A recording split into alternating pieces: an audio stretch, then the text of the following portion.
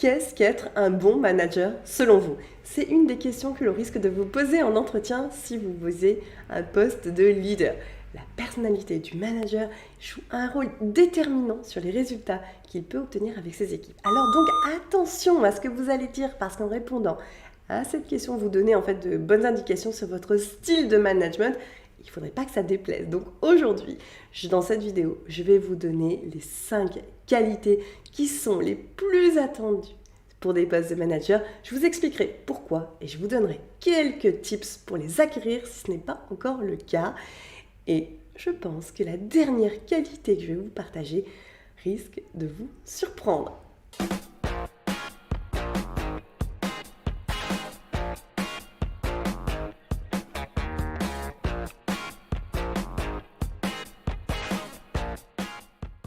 Mais avant de commencer la vidéo, si vous ne l'avez pas déjà fait, je vous recommande de vous inscrire à ma prochaine masterclass qui aura lieu en direct et en live et où je vous partagerai mes 3 secrets pour réussir votre présentation en entretien.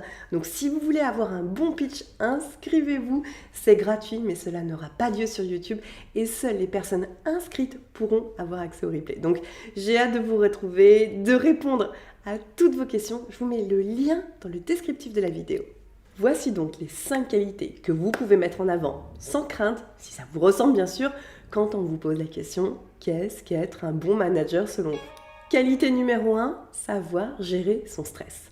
Vouloir échapper au stress, c'est totalement inutile. Il fait partie du métier de manager, vous êtes d'accord? Donc, entre la surcharge de travail, la pression exercée par la hiérarchie, les situations de crise qui nécessitent une grande capacité d'adaptation, comme par exemple quand vous avez dû mettre en place le télétravail pour vos équipes, mais aussi le stress des collaborateurs à canaliser. Bref, quand on est manager, le stress, on connaît.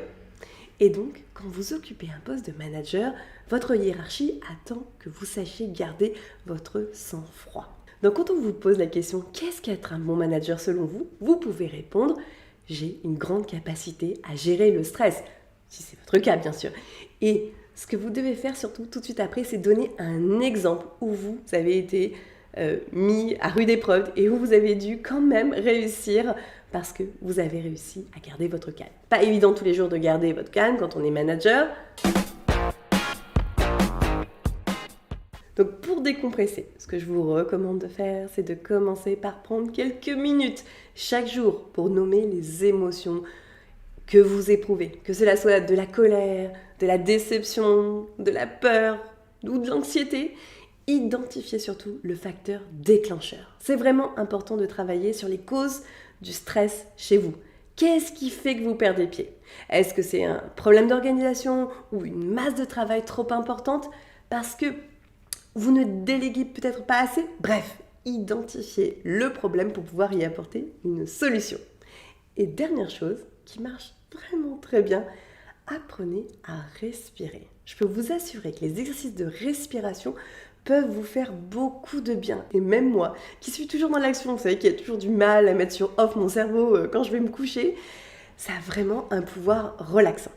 Donc, avant que l'on passe à la deuxième qualité, vous vous dites peut-être, je donne quoi comme réponse à la question « Quels sont vos principaux défauts ?» Pas de panique, j'ai réalisé pour vous un e-book exceptionnel avec les 120 défauts qui sont avouables en entretien et tout ça classé par métier. Je sais que vous l'adorez, donc si vous avez du mal à trouver vos défauts, n'hésitez pas à télécharger mon guide, il est gratuit. Je vous mets le lien dans le descriptif. Alors, passons à la deuxième qualité que vous pourriez donner. La deuxième qualité, ça pourrait être inspirant.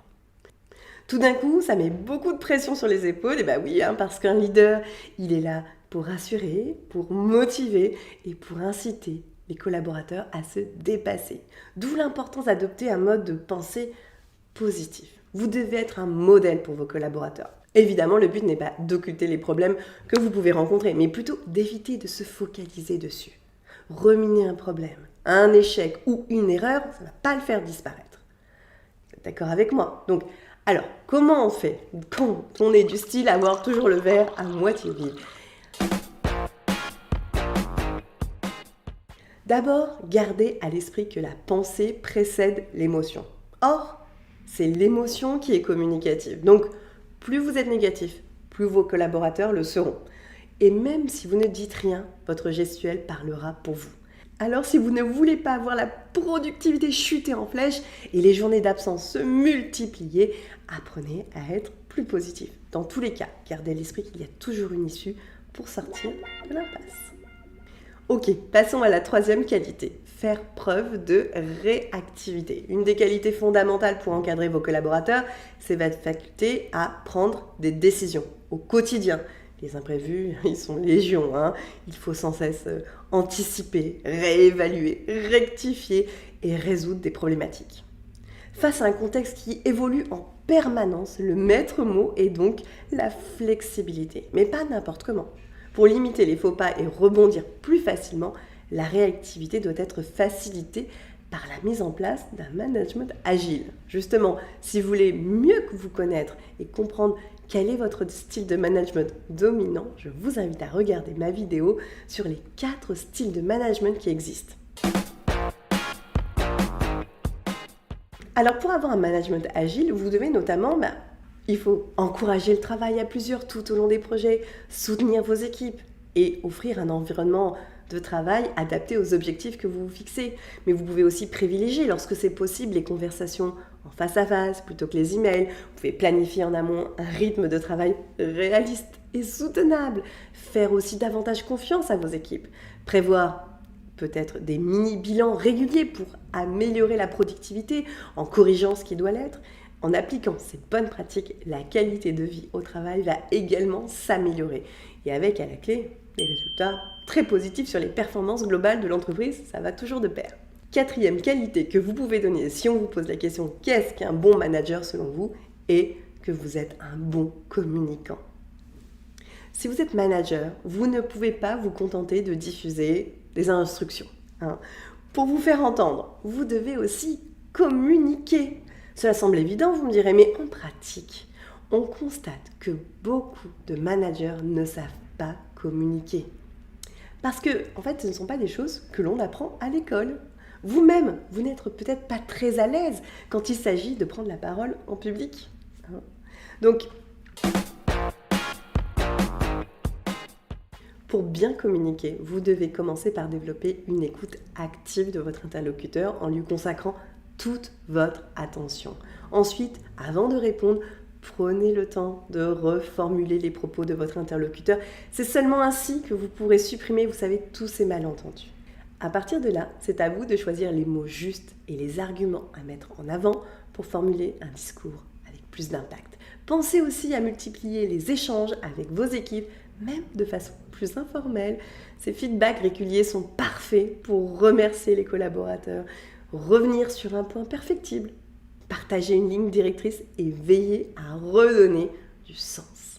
Et nous arrivons à la 5e qualité qui va peut-être vous surprendre. Il y a quelques années, vous auriez donné cette qualité, on vous aurait regardé bizarrement, on aurait même pensé peut-être que vous pouviez être un manager un peu fragile et pas à la hauteur de vos missions. Mais aujourd'hui, les mentalités ont changé. On attend plus d'un manager. On attend aussi qu'il soit bienveillant envers ses collaborateurs. Avoir de la considération pour vos collaborateurs ne fera pas de vous un bisounours. Cela n'altère pas non plus votre autorité ou votre leadership, bien au contraire. Une des responsabilités du manager est de veiller au bien-être de ses équipes. Les salariés sont aussi soumis à une grosse pression, sans compter que des problèmes extérieurs peuvent aussi avoir une incidence sur leur équilibre. Cela implique d'être capable de détecter les signes de stress, de tension ou de mal-être, tous ces signaux faibles.